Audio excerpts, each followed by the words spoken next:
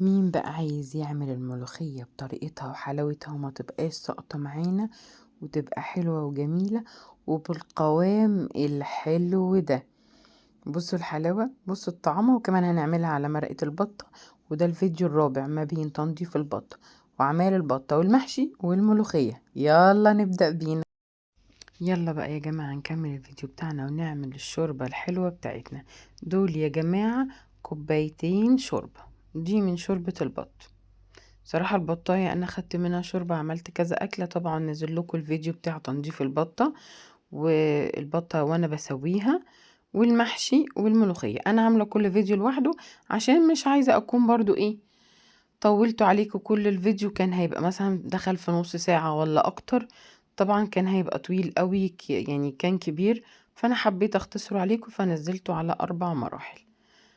انا نسيت طبعا اسلم عليكم، لا لا لا ما سلمش، انتوا حبايبي خلاص بقينا عيلة. وعايزة افكركم اللي ما اشتركش في القناة يشترك ويفعل الجرس عشان يوصله كل جديد، وما تنسوش الشير الشير الشير. انا حطيت في الملوخية معلقة توم صغيرة صغيرة قوي يا جماعة، ودي طماطمية هبشرها، بس خلي بالك مش هنبشرها، يعني انا هناخد بس بطنها كده من جوه، الحتت الطرية، القشرة مش هنستخدمها. خلاص انا هبشرها، بصوا بشرة حلوة كده. دي احلى طريقة ملوخية هتعمليها، جربيها كده وقوليلي ايه رأيك. خلاص يبقى حطينا معلقة توم صغيرة، خلاص، وبشرة الطماطمايه. ماشي يا امارات، نخش بقى على اللي بعده. انا الملوخية كانت بالظبط كيلو، يعني تقريبا الملوخية الكيلو عليه كوبايتين ونص شوربة. خلاص هي كانت كيلو، بس طبعا عقبال ما نقيناها والكلام ده كله قلت، دول كانوا كوبايتين. خليكي عارفة ان نص كيلو الملوخية عليه كوبايتين ونص شوربة، بس بتحطي كوبايتين بس الاول، لو لقيتي ان هي محتاجة تمام.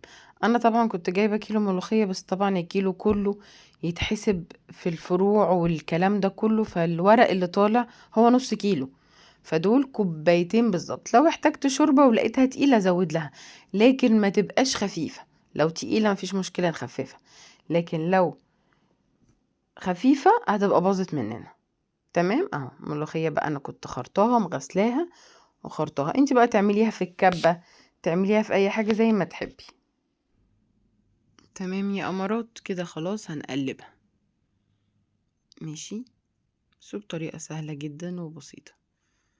ابتدي بقى يعني اقلبها كويس واخليها تفك خالص خالص في الشوربة. وطبعا انا كده الشوربة كانت مغلية بس انا ببطي.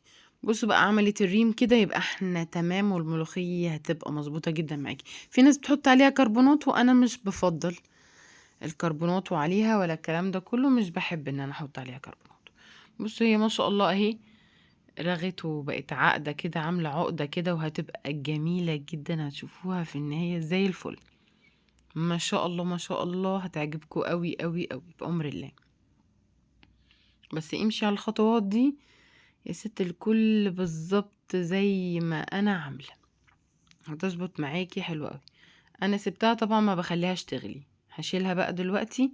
خلاص احطها على جنب، انا هي سخنه مولعه بس مش هنخليها تغلي يا جماعه، الملوخيه ما بتغليش.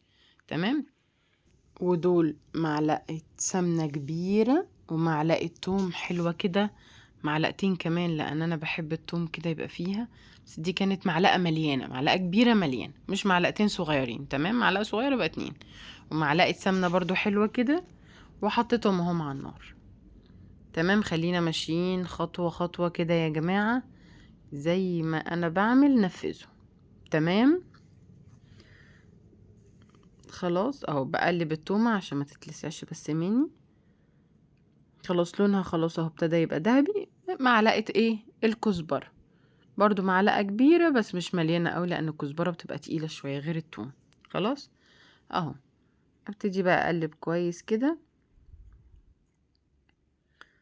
مفيش ثواني. الطشة يا جماعة بتتحط عليها قبل ما بتتقدم بمفيش، وانتي بتغرفي تعملي الطشة. يعني ممكن تبقي محضرة الملوخية كده وسايباها على جنب، بس الطشة في وقتها، ده بيبقى افضل، يعني بدل ما تعمليها وتسخنيها، يعني هي ما بتاخدش ثواني يعني. او خلاص انا كده شايفة ان التوم خلاص تمام. هبتدي بقى ايه احضر الملوخية بتاعتنا ان احنا نحطها ايه عليها كده، هي جاهزة.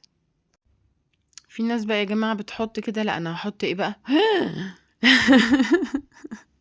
هحط شوية ملوخية على الطش كده عشان اخد كل البهاريز اللي في الطاسة وادلقها كلها ايه في الحلة.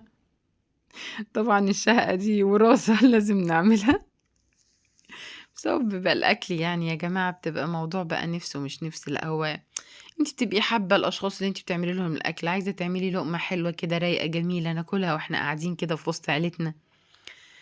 يعني انت بس حبي الحاجة اللي انت بتعمليها والله تطلع حلوة، حتى لو رز معجن، والله مع عيلتك وحبايبك هتبقى احلى حاجة ممكن تعمليها.